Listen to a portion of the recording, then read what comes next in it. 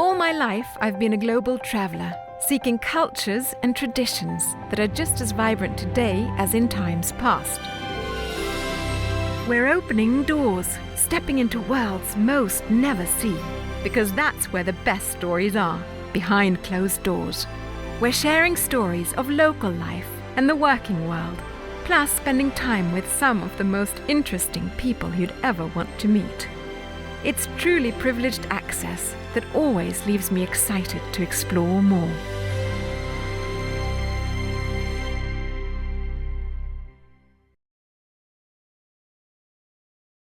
In Portugal, there are lots of quaint towns where family traditions remain strong. Bread has been made the same way in this Portuguese family bakery for centuries. I'm in the middle of baking bread with Dona Manuela. Wait until you meet her. Come on in. Dona Manuela really lives to bake. Her spirit is truly infectious, and I soon couldn't help but join in.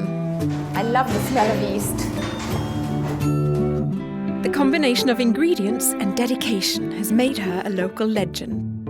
The ingredients of this very special local bread are very simple. It's water, flour, salt and yeast, but the secret is the water from the local mountains.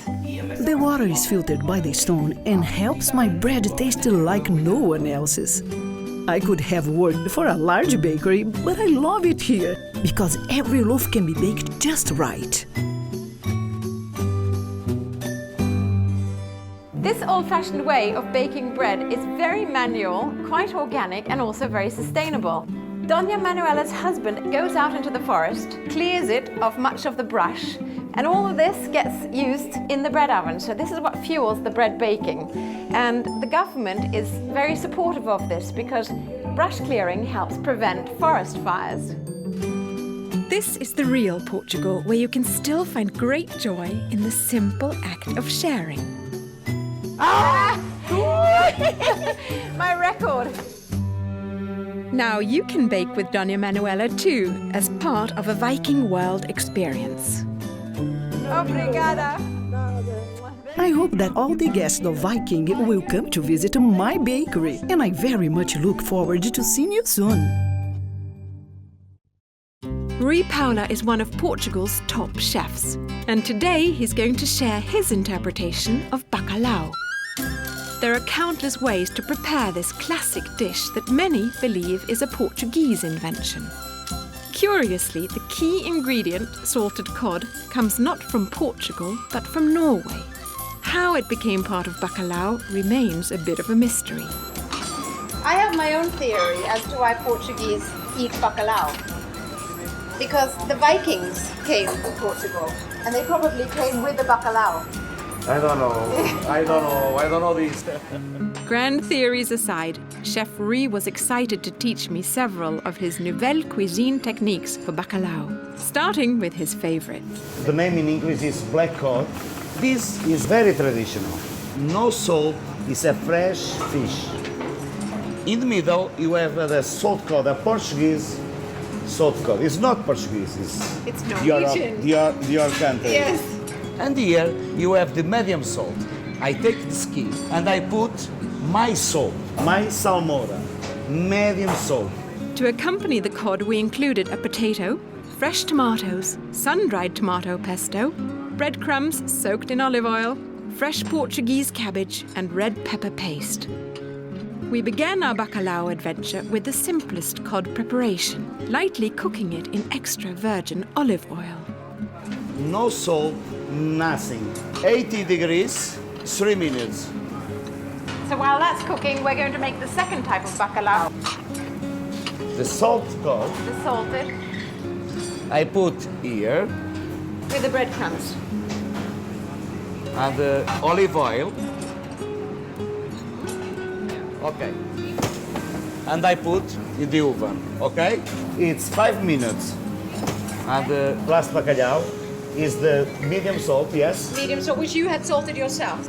And now, tomato pesto, dry tomato, Okay. And let me guess, olive oil. olive oil. Yes, very important. Now it's in the oven, 3 minutes. While the cod was cooking, we wasted no time preparing the other ingredients, which were of course enhanced with olive oil. More. Okay. You use it Thank for you. everything. Everything. The olive oil is a good fat. If you put olive oil, it's better. Yes? And ready. Now I make this potato a little more beautiful. I put a little potato. Beautiful. And after, put this. So this paper is to absorb the olive oil. Yes. Just as I thought we were ready to assemble our dish, Chef Rui presented something I'd never seen. Bacalhau balls. It's a little bowl. Salt cod, cream, and olives. It's pureed. No, in sauce. In a cream sauce. And outside it's alginato. You put here, the bowl, Okay. and after you put here. And you And make twist this. it, yeah. You leave it like this for some time. 2 hours. Okay. All these elements piqued my interest, and I couldn't wait to see the final presentation. One potato here, another potato here, another potato here. Okay, this is cabbage. Another cabbage here. And I put one cod here. Another cod. Another time cod. Another time olive oil with a little garlic. Portugal is a wonderful mix of traditions and creative cuisine. We look forward to sharing with you this country's many treasures. In Barcelona, there's just one word you need to know when you're hungry. Tapas. Invented by the Spanish long ago, tapas are plentiful here, and tapas bars are a perfect spot to sample Spanish cuisine. So what does the word tapas actually mean? A long time ago, the people that was in the beach, they drink a wine or beer or this kind of gazpacho, and then they take some bread and then they cover to try to put in anything inside of the drink. The original tapas used to be free and always included salty meats, which just happened to encourage the bar patrons to buy more liquor. Today, there are an abundance of choices. So this is the most typical tapas, is it? Yeah, this is one of the most typical tapas. The name is tortilla de patatas. This is the real potatoes omelette. Put some garlic inside, salt, and then we cook with love, you know. Tapas are unusual in that they're always served in small portions, which makes them perfect for sampling and sharing. One thing is very important is the tomato Yes. bread, tomato. And this is very typical Barcelona, right? Yes. This is to recover the bread of the day before, you know. Yes. We toss the bread and then we put the part inside of the tomato. So it's a day-old bread. Yeah, this is the Leftover way. bread. Yeah. And then okay. Yeah, and then we put the tomato, okay. And what do you call this? Pan con tomate. Pan con tomate. It's like a Okay. bruschetta, but Yeah. with less tomato. Yes. And then we put a bit of olive oil Oil. and we with salt, okay? Okay, now we prepare for you also fried small fishes. And so those are small Okay, fish. They are really very small fish. fishes, you know. This is like yanqueta or Like sanquete. little boquerones. The boquerones is bigger one. It's the sardinas family. They taste delicious. Yeah, they taste delicious. And then you serve them with And a then you fried serve egg? it with the egg, excellent egg with garlic, okay? And is that a very typical thing to do as well? Put Yeah. egg on top of something? Yes. Yeah. This is huevos con yanqueta. Then we put a nice Egg. flour for you. Over the centuries, tapas have incorporated many outside influences, including those of the Romans, the Moors, and it seems even the Vikings. This is the codfish. From Norway. Maybe yes. Here the name is a la jauna.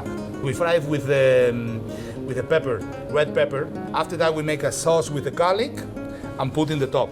So bacalhau is always with the codfish that's been salted and dried Yeah. and then rehydrated. Yes. Okay, we continue with small squid. Calamares. Yeah, the real small ones. Tipirones. Chipirones. Yeah. And you often have them fried, right? Yes. Like, yes. We fry it and then we cook And then also by the other side, we make, you know... So these are the chiperones, Yeah, these are the chipirones. but they are marinated? With salt. We Salt. fry it and with olive oil and with salt. And then we put egg poché. Poached egg. Okay, also with salt with the chipirones, okay?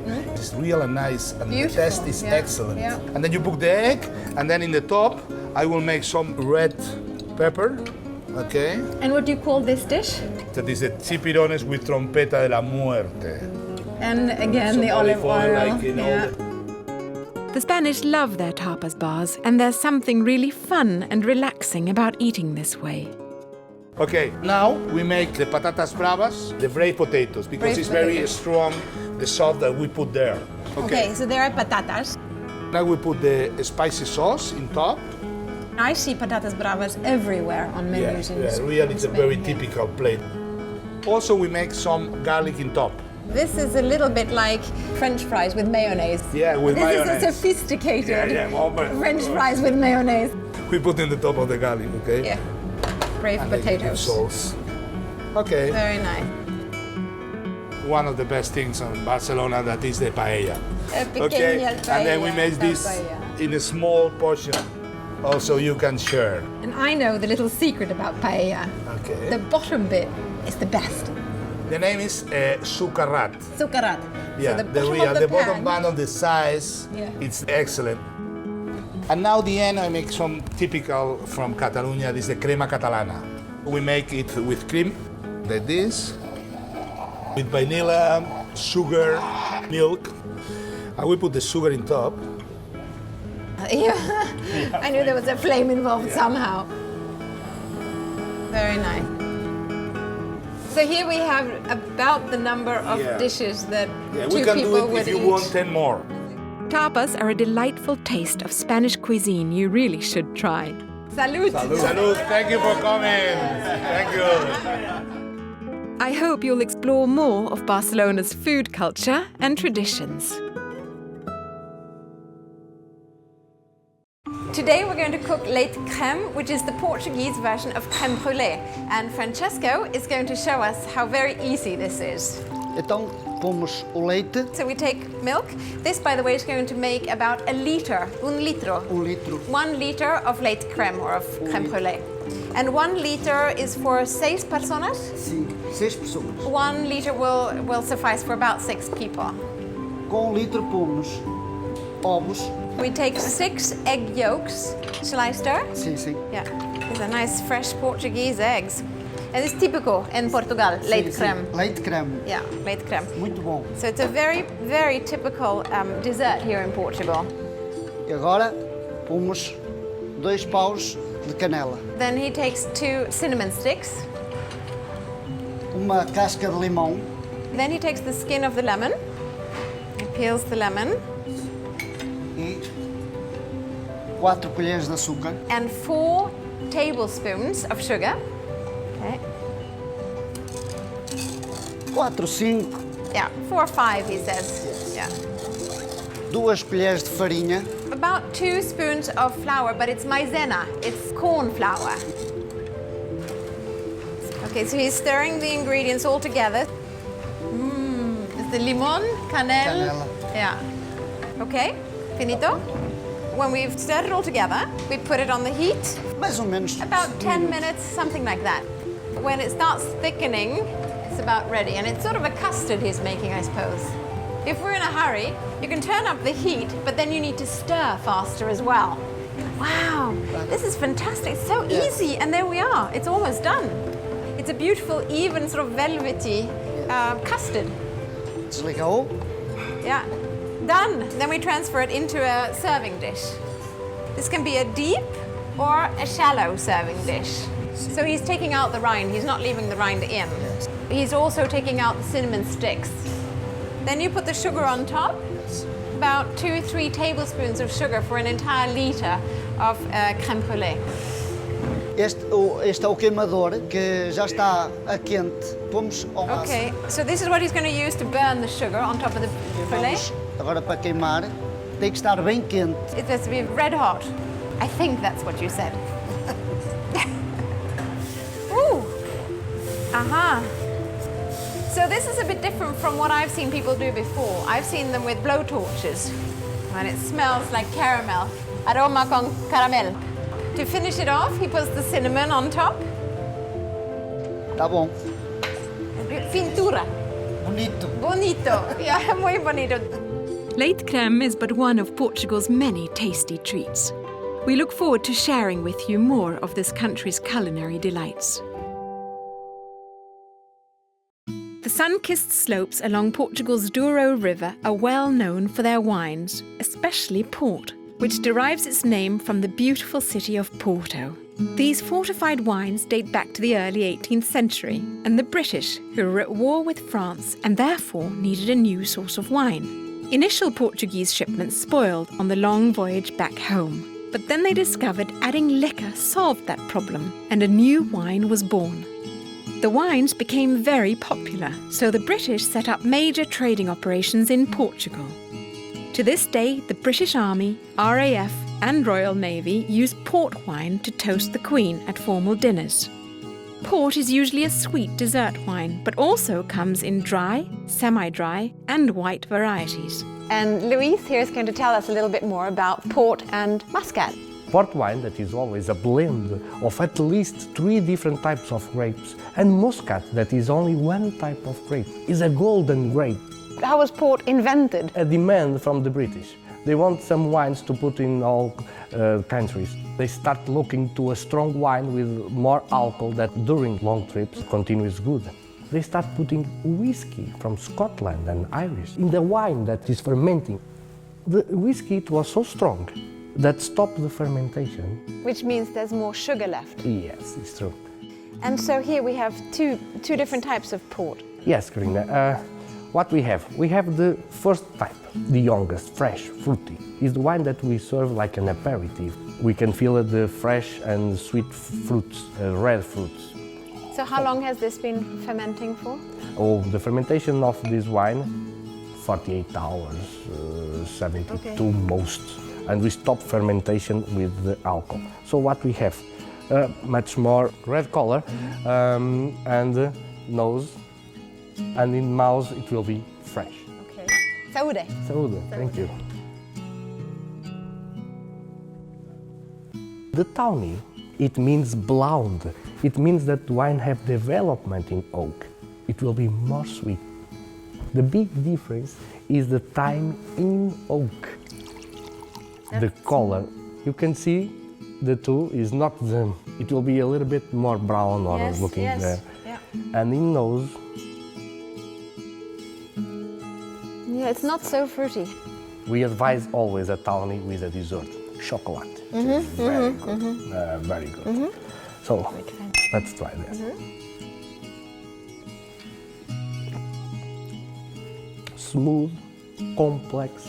I'd say this is almost a dessert in itself. You don't need anything more. Yes. So the ruby is the younger port and the tawny is the older port. The ruby has been in the oak barrel for how long? 3 years. 3 years. 3 years to call it a simple ruby. To call it a simple ruby. And the tawny has been 6 years, so twice as old. Yes. Then we have another bottle here, the muscat. So we start planting muscat at 140 years ago, after phylloxera. And we start making these muscat the same way than port wine. But muscat is a golden grape that gives this It's a much lighter color. much lighter color, yes. Only orange, apricot, honey, tangerines. That it I will can even stay. smell it. Sweet attack, Yes. fresh ending, easy, and a good aperitif. I hope that you like it. Saúde. So. Saúde, cheers and welcome to Vikings' exploration of Portugal and its wines along the Douro River.